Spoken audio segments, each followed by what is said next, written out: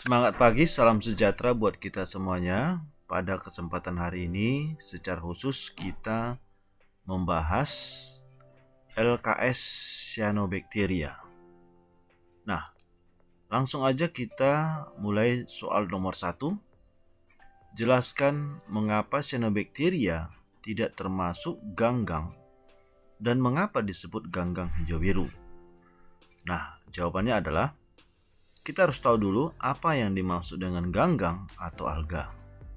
Adalah tumbuhan rendah yang hidup di perairan dan belum memiliki akar, batang, dan daun, atau dikenal dengan tumbuhan talus. Tumbuhan ganggang sudah termasuk organisme eukariotik, sedangkan Cyanobacteria masih prokariotik. Ingat perbedaan prokariotik dengan eukariotik, yaitu ada tidaknya membran inti. Yang prokariotik tidak memiliki membran inti, sedangkan eukariotik memiliki membran inti. Ganggang sudah dilengkapi dengan kloroplas, yaitu merupakan tempat berkembangnya kloroplas. Sementara Cyanobacteria mempunyai klorofil, namun masih di dalam membran tilakoid. Soal nomor 2, jelaskan sel-sel khusus pada Cyanobacteria serta peranannya. Nah, jawabannya adalah sel-sel khusus pada Cyanobacteria antara lain sel heterosista. Sel ini dijumpai pada Cyanobacteria yang bentuknya seperti benang. Sel ini memiliki enzim yang disebut dengan enzim nitrogenasi yang mampu memfiksasi nitrogen atau gas nitrogen yang berasal dari udara sehingga mampu menyuburkan tanah. Karena kita tahu bahwa di udara kandungan gas nitrogen itu berkisar antara 79%. Yang kedua adalah sel akinet. Sel akinet ini merupakan sel yang berperan menyimpan makanan atau hasil fotosintesa dan mampu membentuk endospora saat lingkungan air mulai mengering. Di mana endospora ini adalah suatu tindakan untuk membentuk bakal individu baru. Ketika air sudah mulai memungkinkan atau dalam kondisi lingkungan yang membaik, maka endospora ini akan berkecambah untuk membentuk individu baru. Lalu ada sel biosit. Sel biosit ini adalah sel dominan atau sel reguler, sel yang paling banyak yang memiliki klorofil sehingga fungsinya adalah untuk melakukan fotosintesa. Nah, sekarang soal nomor 3. Apa dampaknya bila Cyanobacteria blooming di perairan? Bila nutrisi air meningkat, menyebabkan pertumbuhan Cyanobacteria mampu menutupi perairan dan akan menghambat masuknya cahaya serta oksigen masuk ke perairan. Hal ini membuat biota air mati atau punah. Nah, mari kita perhatikan gambarnya. Inilah perairan yang sudah ditutupi Cyanobacteria. Hal ini membuat oksigen menjadi rendah dan cahaya matahari tidak menembus perairan. Lalu yang keempat, jelaskan reproduksi Cyanobacteria dan tentukan jenis mana yang lebih sering dilakukan. Nah, jawabnya adalah reproduksi Cyanobacteria hanya berlangsung secara aseksual, antara lain membelah diri atau dikenal dengan amitosis. Ingat, pembelahan amitos ini hanya dilakukan oleh sel atau organisme yang prokariotik. Kalau yang sudah eukariotik, maka dia melakukan pembelahan diri dengan cara mitosis. Berarti ada fase pembelahan.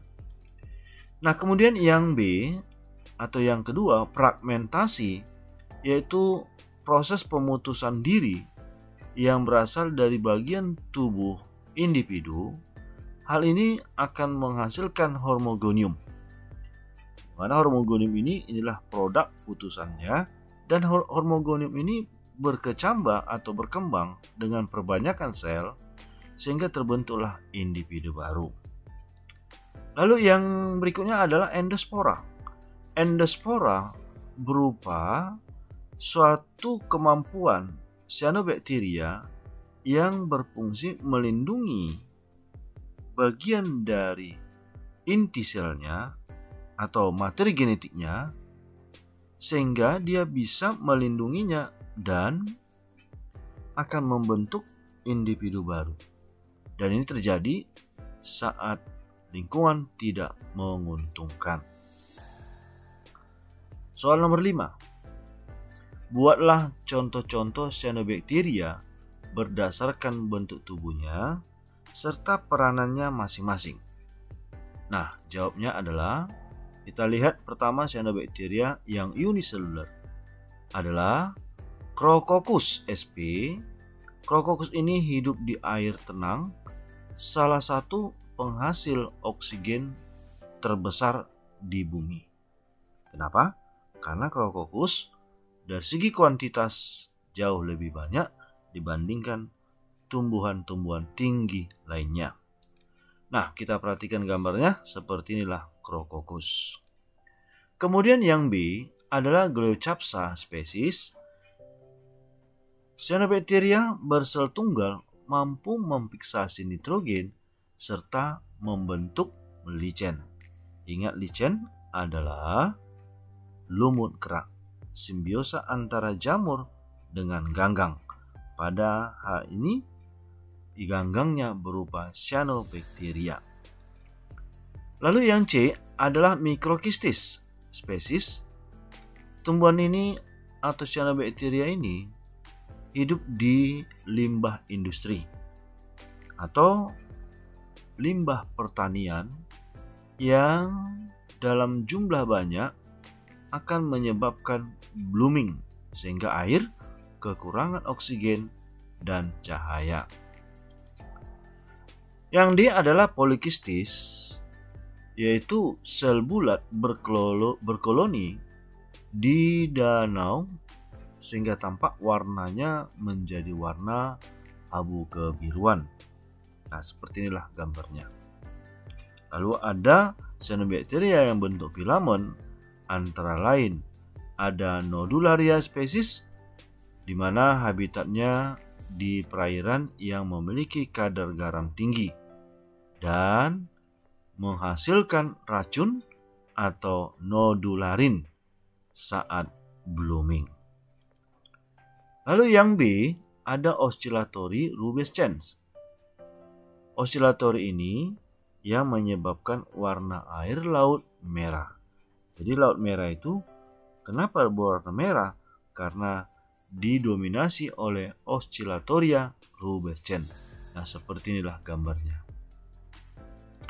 Lalu ada Nostoc common, adalah cyanobacteria yang selnya bentuk bulat dan memiliki struktur tubuh seperti benang, mampu memfiksasi nitrogen dan mampu bersimbiosa dengan lumut tanduk, dan ini dijadikan sebagai makanan tradisional.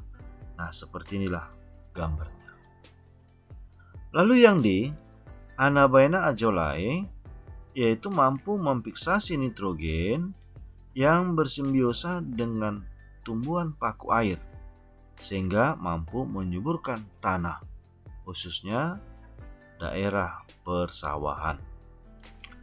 Kemudian yang E ada Anabaena cicadae.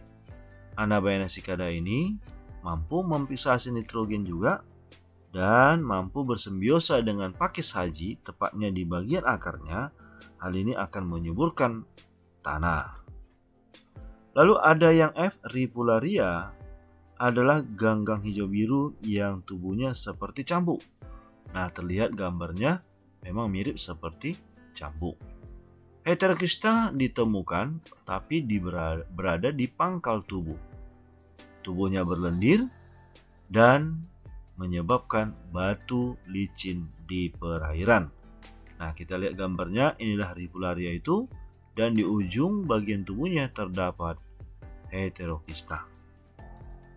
Lalu yang G, Gloeotrichia, adalah cyanobacteria yang bentuk tubuhnya seperti Rivularia. Namun perbedaannya menghasilkan lendir yang lebih sedikit, sedangkan Rivularia memberikan lendir yang lebih banyak. Lalu yang keenam, jelaskan peranan cyanobacteria dalam ekosistem. Nah, kita tahu bahwa ekosistem pasti dipenuhi oleh yang namanya produsen. Salah satu produsennya adalah cyanobacteria.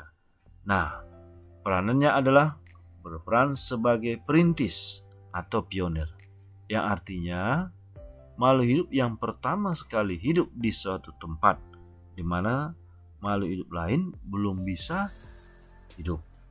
Maka dengan peran dari cyanobacteria juga sebagai perintis yang kelama-kelamaan akan diikuti oleh tumbuhan-tumbuhan lainnya.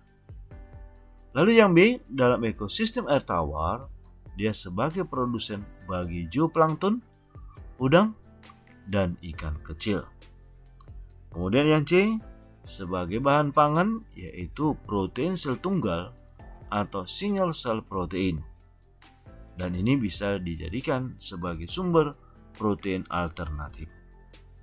Kemudian yang D, mampu memfiksasi nitrogen bebas dari udara. Hal inilah membuat tanah menjadi subur. Nah, demikianlah untuk pembahasan LKS cyanobacteria. Semoga pembahasan ini bisa berguna bagi kita semuanya. Terima kasih.